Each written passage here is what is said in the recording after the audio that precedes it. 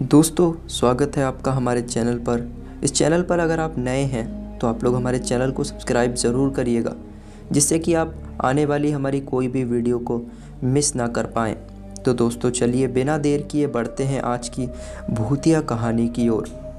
गांव के एक कोने में, जहां सूरज की रोशनी भी डर कर पहुँचती थी, एक पुराना सा कब्रिस्तान था।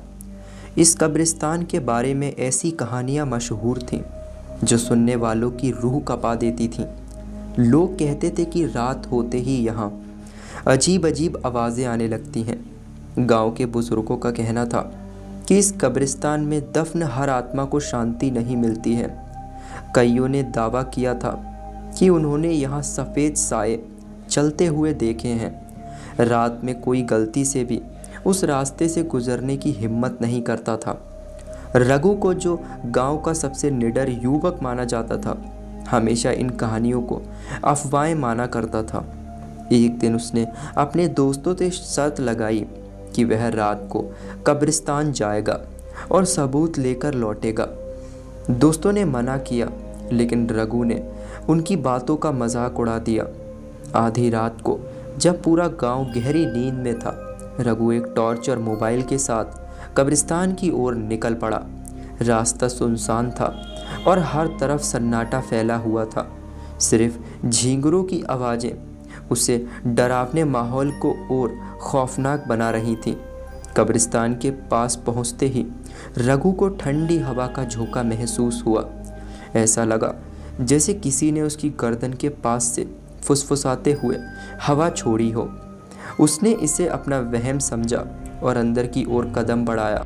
कब्रिस्तान के अंदर हर कब्र पर घने पेड़ और झाड़ियाँ उगाई थीं। चांदनी रात होने के बावजूद यहाँ अंधेरा छाया हुआ था। अचानक उसे एक पुरानी टूटी हुई कब्र से किसी के रोने की आवाज़ सुनाई दी। रघु ने टॉर्च उस दिशा में घुमाई, लेकिन वहाँ कुछ नहीं था। जैसे ही वह आगे बढ़ा, उसे लगा कि कोई उसके पीछे चल रहा है। वह मुड़ा, लेकिन वहाँ सिर्फ खाली जगह थी। उसकी धड़कन तेज हो गई। थोड़ी दूर चलने पर ज़मीन पर ताज़ा खून के धब्बे दिखने लगे। रघु का दिल ज़ोरों से धड़कने लगा। वह सोचने लगा कि आखिर रात को इस सुनसान जगह पर खून कैसे आ सकता है। तभी उसे पास के पेड़ के पीछे से एक परछाई निकलती हुई दिखी। परछाई धीरे धीरे बड़ी होती जा रही थी। रघु ने हिम्मत करके टॉर्च उस पर मारी, लेकिन वहाँ पर कुछ भी नहीं था। अचानक पीछे से किसी ने उसके कंधे पर हाथ रखा। वह डर के मारे पलटा, लेकिन वहाँ कोई नहीं था। अब उसे महसूस हो रहा था कि कुछ तो गड़बड़ है। दोस्तों, रघु ने खुद को शांत करने की कोशिश की और आगे बढ़ा। जैसे ही वह एक पुरानी कब्र के पास पहुंचा, कब्र अपने आप खुलने लगी। उसकी आंखें फटी की फटी रह गई। कब्र से एक महिला का साया बाहर निकला। वह सफ़ेद कपड़ों में लिपटी हुई थी और उसकी आंखों से खून टपक रहा था। रघु के शरीर में जैसे जान ही नहीं बची थी। उस साये ने रघु की ओर इशारा किया और कुछ फुसफुसाने लगी। रघु को उसकी आवाज़ समझ नहीं आई, लेकिन वह इतना डर चुका था कि भागने की कोशिश करने लगा। जैसे ही वह दौड़ा, उसके पैरों में किसी ने ज़ोर से खींचा और वह ज़मीन पर गिर पड़ा। उसने देखा कि कब्र से कोई हाथ बाहर आ गया है, जो उसे अंदर खींचने की कोशिश कर रहा है। रघु ने पूरी ताकत से चिल्लाते हुए खुद को छुड़ाया और भागते हुए कब्रिस्तान के बाहर पहुंचा। लेकिन बाहर आते ही उसे महसूस हुआ कि वह उसी जगह पर खड़ा था जहां से उसने चलना शुरू किया था।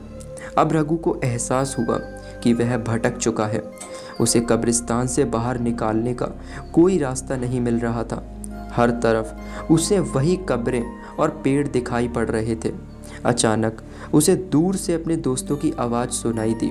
वह उनकी ओर भागा, लेकिन वहां पहुंचते ही उसने देखा कि उसके दोस्त हवा में लटक रहे हैं, जैसे किसी ने उन्हें फांसी दे दी हो। रघु की आंखों से आंसू बहने लगे। वह समझ नहीं पा रहा था कि ये सब सच है या फिर उसका भ्रम।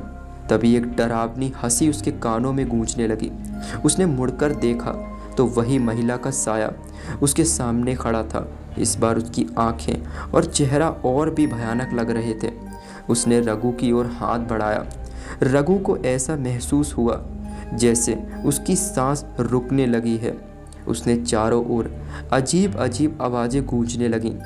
उसे लगा कि अब वह यहाँ से जिंदा वापस नहीं निकल पाएगा कि तभी अचानक एक गहरी आवाज़ आई। उसे जाने दो। वह आवाज़ किसी बूढ़े आदमी की थी। रघु ने देखा कि वह बूढ़ा आदमी उसकी ओर साए के बीच आ गया था। उस बूढ़े आदमी ने मंत्र पढ़ना शुरू किया। महिला का साया चिल्लाने लगा और कब्र में वापस चला गया। रघु को लगा जैसे उसे नई जिंदगी ही मिल गई हो। बूढ़े आदमी ने रघु को वहाँ से भागने को कहा। रघु ने बिना देर किए वहाँ से भागना शुरू कर दिया। इस बार उसे कब्रिस्तान का दरवाज़ा दिखाई दिया।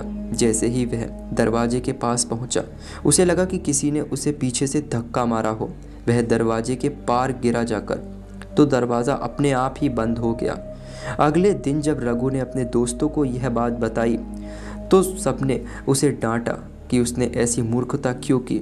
लेकिन रघु अब बदले हुए इंसान की तरह लग रहा था। उसने उस दिन से गांव के बुजुर्गों की हर बात माननी शुरू कर दी। लेकिन उसने मन में अब भी वह साया और वो रात हमेशा के लिए बसी हुई है। कुछ समय बाद रघु ने गांव छोड़ने का फैसला किया। उसने सोचा कि इस गांव और कब्रिस्तान की यादें उसे कभी चैन नहीं लेने देंगी। गांव वालों का कहना था कि जो भी उस कब्रिस्तान में गया वो कभी भी पहले जैसा नहीं रह पाया। रघु इसका जीता जागता सबूत था। सालों बाद किसी ने उस बूढ़े आदमी के बारे में बात की जिसने रघु को बचाया था। पता चला कि वह कभी उसी कब्रिस्तान का हिस्सा था और अपनी आत्मा को मोक्ष नहीं दे पाया था। आज भी लोग उस कब्रिस्तान के पास जाने से डरते हैं। कहा जाता है जो भी वहाँ गया उसकी कहानी यहीं ख़त्म हो जाती है। दोस्तों, ये थी रघु की कहानी। हमें आशा है आपको पसंद आई होगी। अगर आपके पास भी कोई भूतिया कहानी है जिसे आप लोग हमारे साथ शेयर करना चाहते हैं तो नीचे इंस्टाग्राम की लिंक है, आप लोग वहाँ अपनी कहानी हमारे साथ शेयर कर सकते हैं। दोस्तों, आपको वीडियो कैसी लगी कमेंट सेक्शन में ज़रूर बताइएगा। मिलते हैं आपसे एक और नए एपिसोड में। तब तक के लिए बाय।